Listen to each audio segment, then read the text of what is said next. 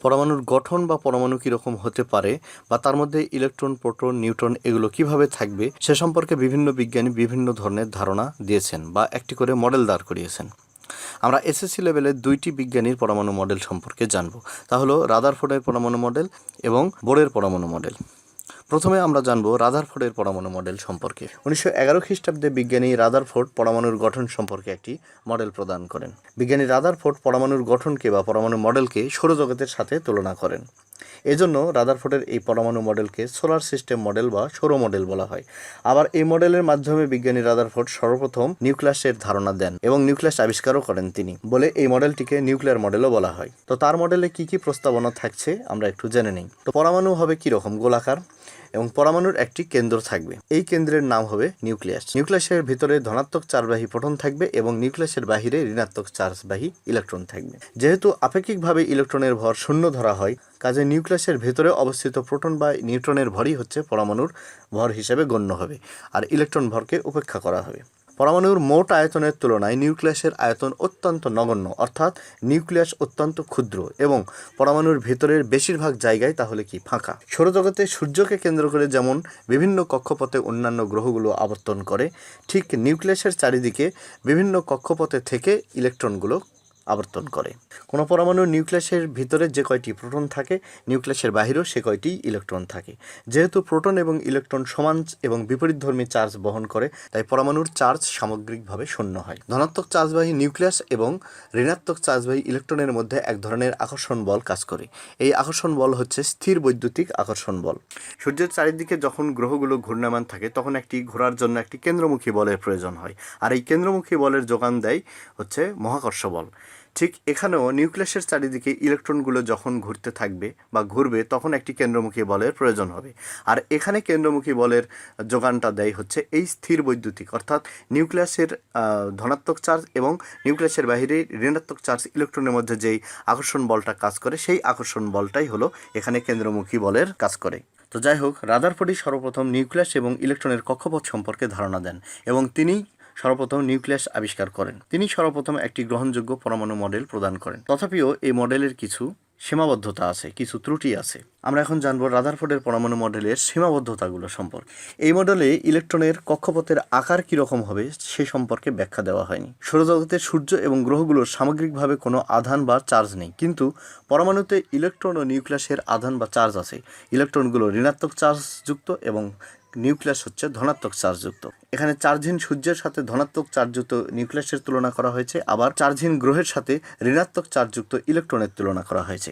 কাজেই চার্জহীন বস্তুর সাথে চার্জযুক্ত বস্তুর তুলনা করা সঠিক নয়। অধিক ইলেকট্রন বিশিষ্ট পরমাণুতে ইলেকট্রনগুলো কিভাবে নিউক্লিয়াসের চারিদিকে আবর্তন করবে বা থাকবে এই সম্পর্কে রাদারফোর্ডের পরমাণু মডেলে কোনো ধারণা দেওয়া হয়নি। সবচেয়ে গুরুত্বপূর্ণ একটা সীমাবদ্ধতা, সেটা হলো বিজ্ঞানী ম্যাক্সওয়েল তার তরঙ্গ তত্ত্ব যখন আবিষ্কার করেন তখন তিনি দেখেন যখন কোনো চার্জ গতিশীল থাকবে তখন সেই চার্জ শক্তি হারাতে থাকবে। চার্জহীন বস্তু গতিশীল থাকলে সমস্যা নাই, কিন্তু চার্জযুক্ত বস্তু যখন গতিশীল থাকবে তখন সে আস্তে আস্তে শক্তি হারাতে থাকবে। তাহলে সূর্যের চারিদিকে ঘূর্ণায়মান গ্রহগুলো, সূর্য এবং গ্রহগুলো কোনোটারই চার্জ নাই, অর্থাৎ তারা কি সামগ্রিকভাবে চার্জ নিরপেক্ষ। তাহলে গ্রহগুলো সূর্যের চারিদিকে ঘোরার ক্ষেত্রে কোনো সমস্যা হওয়ার কথা নয়। কিন্তু ধনাত্মক চার্জবাহী নিউক্লিয়াসের চারিদিকে যখন ঋণাত্মক চার্জযুক্ত ইলেকট্রনগুলো ঘুরতে থাকে, সেক্ষেত্রে যে কেন্দ্রমুখী এবং কেন্দ্রবিমুখী বল কাজ করে, এক্ষেত্রে যখন ঘুরতে থাকবে চার্জ তখন তার তত্ত্ব অনুসারে, ম্যাক্সওয়েলের তত্ত্ব অনুসারে ইলেকট্রন চার্জযুক্ত বস্তু বলে সেটা শক্তি হারাইতে থাকবে। তাহলে শক্তি হারাইতে থাকলে তার বিমুখী বলটা কমতে থাকবে, ফলে নিউক্লিয়াসের টান বেড়ে যাবে। কেন্দ্রবিমুখী বলটা কমতে থাকবে। কেন্দ্রবিমুখী বল কমতে থাকলে ওই কক্ষপথে ইলেকট্রন আর ঘুরবে না, তখন কেন্দ্রের টানে তখন ঘুরতে ঘুরতে ঘুরতে ঘুরতে চক্রাকারে ঘুরতে ঘুরতে পারমাণবিক ব্যাসার্ধটা ছোট হতে হতে ইলেকট্রন নিউক্লিয়াসের মধ্যে পতিত হবে, অর্থাৎ পরমাণুর অস্তিত্ব বিলুপ্ত হবে বা পরমাণু স্থায়ী হবে না। কিন্তু প্রকৃতিতে তো সেটা ঘটে না। তাই ম্যাক্সওয়েলের তত্ত্বানুসারে বা বিজ্ঞানের বিতর্কে রাদারফোর্ডের পরমাণু মডেল সঠিক নয়। এবার আমরা বোরের পরমাণু মডেল সম্পর্কে জানব। রাদারফোর্ডের পরমাণু মডেলের ত্রুটিগুলোকে সংশোধন করে বিজ্ঞানী নিলস বোর 1913 খ্রিস্টাব্দে একটি পরমাণু মডেল প্রদান করেন। এই মডেলকে বোরের পরমাণু মডেল বলা হয়। বোরের পরমাণু মডেলে তার প্রস্তাবনাগুলো কী ছিল বা মতবাদগুলো কী ছিল সে সম্পর্কে এবার আমরা জানব। পরমাণুতে যে সকল ইলেকট্রন থাকে সেগুলো নিউক্লিয়াসকে কেন্দ্র করে ইচ্ছামতো যে কোনো কক্ষপথে কিন্তু ঘোরে না। শুধু নির্দিষ্ট ব্যাসার্ধের কতকগুলো অনুমোদিত বৃত্তাকার কক্ষপথে ওই ইলেকট্রনগুলো ঘুরতে পারবে। এই নির্দিষ্ট ব্যাসার্ধের অনুমোদিত বৃত্তাকার কক্ষপথগুলোকে অনুমোদিত কক্ষপথ বা প্রধান শক্তি স্তর বা কক্ষপথ বা শেল বা অরবিট বা স্থির কক্ষপথ বলে। স্থির কক্ষপথে ঘোরার সময় ইলেকট্রনগুলো কোনোরূপ শক্তি শোষণও করে না, আবার শক্তি বিকিরণও করে না। স্থির কক্ষপথকে বা প্রধান কক্ষপথকে এন দ্বারা প্রকাশ করা হয়। এনের মান 1, 2, 3, 4 ইত্যাদি হতে পারে। এন সমান 1 হলে প্রথম প্রধান শক্তি স্তর বা প্রথম প্রধান কক্ষপথ, একে আমরা বিশেষভাবে কে দ্বারা প্রকাশ করি, অর্থাৎ কে প্রধান শক্তি স্তর। আবার এন সমান 2 হলে এল প্রধান শক্তি স্তর। এন সমান 3 হলে তৃতীয় প্রধান কক্ষপথ বা একে এম দ্বারা সূচিত করা হয়, এম প্রধান শক্তি স্তর। এন সমান 4 হলে এন প্রধান শক্তি স্তর ইত্যাদি। বোর পরমাণু মডেল অনুসারে শক্তি স্তরে ইলেকট্রনের কৌণিক ভরবেগ MVR = NH/2π। এই সূত্রটি তোমরা ইন্টারমিডিয়েট থেকে জানবা এবং ওখানে আমরা এই সূত্রগুলোকে প্রতিপাদন করব, ওখানে আমরা বিস্তারিত জানব। এই সূত্রে এম হচ্ছে ইলেকট্রনের ভর, যেখানে ইলেকট্রনের ভর 9.11 × 10⁻³ কেজি। আর হচ্ছে ইলেকট্রনের ব্যাসার্ধ বা যে কক্ষপথে ঘোরে সেই কক্ষপথের ব্যাসার্ধ। ভি হচ্ছে ইলেকট্রন যে কক্ষপথে ঘোরে সেই কক্ষপথে ইলেকট্রনের বেগ। এইচ হচ্ছে প্লাঙ্কের ধ্রুবক, যার মান 6.626 × 10⁻³ মিটার² kg/s। এন হচ্ছে প্রধান শক্তি স্তর বা প্রধান কোয়ান্টাম সংখ্যা। এই প্রধান শক্তি স্তরগুলোকে বলা হয় প্রধান কোয়ান্টাম সংখ্যা।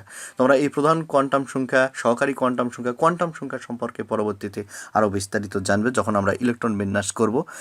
বিভিন্ন কোয়ান্টাম সংখ্যার মাধ্যমে আমাদেরকে ইলেকট্রন বিন্যাসগুলো করতে হবে। তো এখানে এই প্রধান কোয়ান্টাম সংখ্যাকে এন দ্বারা প্রকাশ করা হয়। তো এখানে এন হচ্ছে প্রধান শক্তি স্তর, একেই বলা হয় প্রধান কোয়ান্টাম সংখ্যা। তো এনের মান 1, 2, 3 ইত্যাদি। এখানে যে শক্তি স্তরে এনের মান যত কম সেই শক্তি স্তরকে নিম্ন শক্তি স্তর বলা হয় এবং এনের মান বেশি হলে উচ্চ শক্তি স্তর বলা হয়। যেমন এনের মান 1 আর 2 নিয়ে বিবেচনা করি। এনের মান 1 হলে প্রথম শক্তি স্তর, এনের মান 2 হচ্ছে দ্বিতীয় শক্তি স্তর। তো এনের মান 1 ছোট, তাই প্রথম শক্তি স্তরকে নিম্ন শক্তি স্তর বলা হয় এবং এনের মান 2 বড়, এনের মানটা বড়, তাই দ্বিতীয় শক্তি স্তরকে উচ্চ শক্তি স্তর বলা হয়। কোনো একটি নির্দিষ্ট প্রধান শক্তি স্তরে ইলেকট্রন ঘোরার সময় কোনো শক্তি শোষণও করে না, আবার বিকিরণও করে না। কিন্তু ইলেকট্রন একটি নির্দিষ্ট পরিমাণ শক্তি শোষণ করে লাফ দিয়ে উপরের কক্ষপথে, আবার নির্দিষ্ট পরিমাণ শক্তি বিকিরণ করে বা শক্তি ত্যাগ করে নিচের কক্ষপথে গমন করে। তোমরা এখানে বলবে কথাটা তাহলে বিপরীত হয়ে গেল, একই জায়গায় কথাটা দুই রকম। আসলে কিন্তু তা না।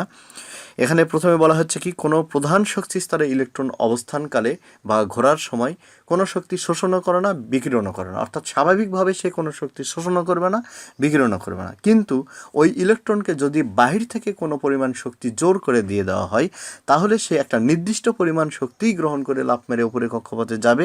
আবার ওই শক্তিটাকে যদি অপসারণ করে নেওয়া হয়, তাহলে সে নির্দিষ্ট পরিমাণ শক্তিই ত্যাগ করে নিচের কক্ষপথে আসবে, ফিরে আসবে।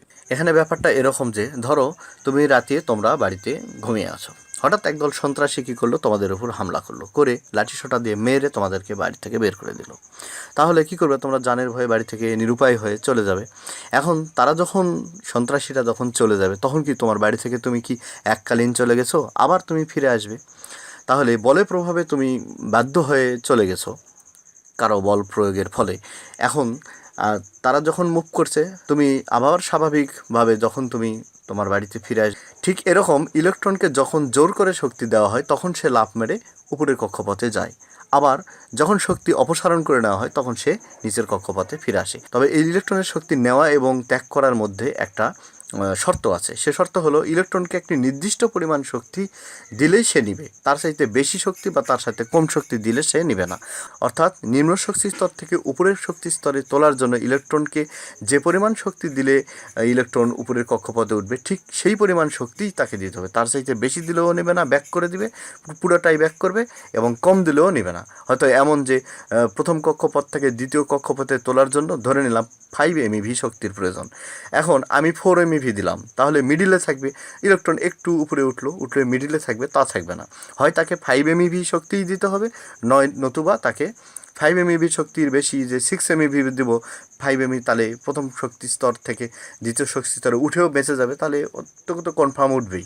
কিন্তু বেশি দিলেও নেবে না, কম দিলেও নেবে না, তাকে এক্স্যাক্টলি 5 MeV শক্তিই দিতে হবে। আর এই ইলেকট্রনকে এক কক্ষপথ থেকে অন্য কক্ষপথে জাম্প করানোর জন্য, বা এই যে ইলেকট্রন এক কক্ষপথ থেকে অন্য কক্ষপথে যাওয়া আসার জন্য যে শক্তি শোষণ করে বা বিকিরণ করে, তার পরিমাপ করা হয় এইচ নিউ ইকুয়াল hc/λ এই সূত্র দ্বারা।